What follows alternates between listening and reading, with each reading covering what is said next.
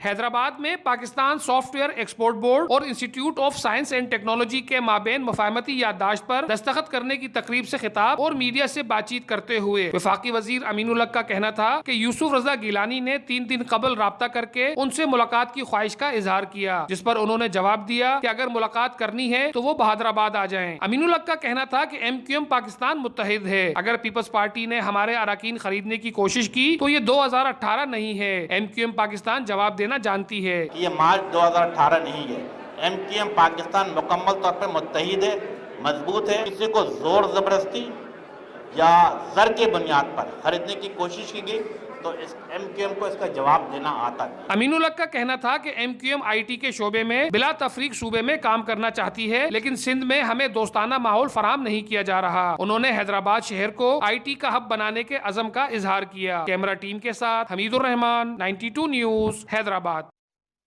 اور chairman P S P مصطفیٰ کمال کا کہنا ہے کہ 28 فروری کو کراچی میں پختونوں کا سب سے بڑا جلسہ کریں گے۔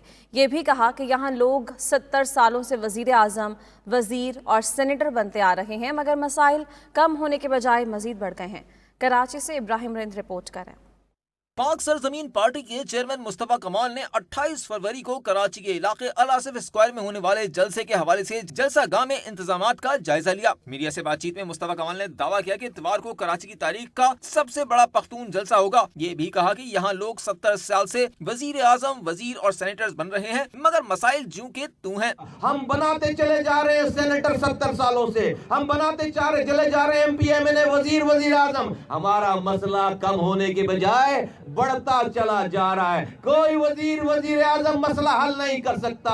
مصطفیٰ کمال بولے انتخابی شکست کے باوجود پی ایس پی کے کارکنوں نے تعصب اور امتیازات کے خاتمے کی جدوجہد جاری رکھی۔ ہم ووٹوں کے لیے نہیں، نفرتوں کی دیواریں گرانے کے لیے جمع ہو رہے ہیں، متحد ہو کر اپنا حق لیں گے۔ تمام مخالفتوں کو چھوڑ کر ہم ایک جگہ ایک پنڈال میں آ کر جمع ہو گئے۔ ہماری کوئی نفرت کسی سے نہیں ہے، ہم کسی کے خلاف کوئی عزم نہیں رکھتے، ہم ایک ساتھ مل کر مظلوموں کے لیے جدوجہد کریں گے۔ مصطفیٰ کمال بولے وہ بھائی کو بھائی سے جوڑنے کا کام کر رہے ہیں، جو وزیر اعظم بننے سے بڑا کام ہے۔ بڑی قوتوں نے ہمیں لڑا کر ہمارا پانی بند کر دیا، ہماری تعلیم ختم کر دی، اسپتال سے ادویات غائب کر دی۔ کیمرامین فرحان حنیف کے ساتھ ابراہیم رند، 92 نیوز، کراچی۔ وراثت میں ملے مسائل کے باعث مہنگائی بڑھی، 10 اندھیرے برسوں میں بہت قرضے لیے گئے، ہر سال قسطیں بڑھ رہی تھیں۔ وزیر اعظم عمران خان نے سینٹرل بزنس ڈسٹرکٹ کی سنگ بنیاد تقریب سے خطاب کرتے ہوئے کہا کہ والٹن ایئرپورٹ ڈی نوٹیفائی ہونے سے وہاں کمرشل سرگرمیاں 6000 ارب روپے تک جا سکیں گی۔ انہوں نے لاہور کو ماڈرن سٹی بنانے کا اعلان کیا۔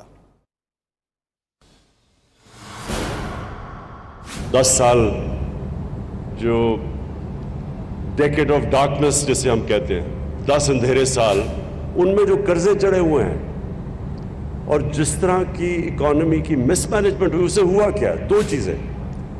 ایک ہمارا بہت بڑا فسکل ڈیفیسٹ، اور فسکل ڈیفیسٹ کی وجہ سے قرضے، اور دوسری طرف ہمارا کرنٹ اکاؤنٹ ڈیفیسٹ۔ اس پروجیکٹ کی جو سب سے بڑی چیز یہ ہے کہ یہ پاکستان میں ویلتھ جنریٹ کرے گا۔ جو ہماری ویلتھ جنریٹ ہوگی وہ 6000 ارب روپے ہو گئے۔ 6000 ارب روپیہ، کیونکہ مجھے لگتا ہے یہ سامنے میرے خیال میں آپ لیٹ نائٹ سب نے کی ہوئی ہے، کیونکہ سوئے ہوئے ہو آپ سب، کوئی تالیوں کی آواز نہیں آئی کہ 6000 ارب روپیہ جنریٹ ہوگا یہاں۔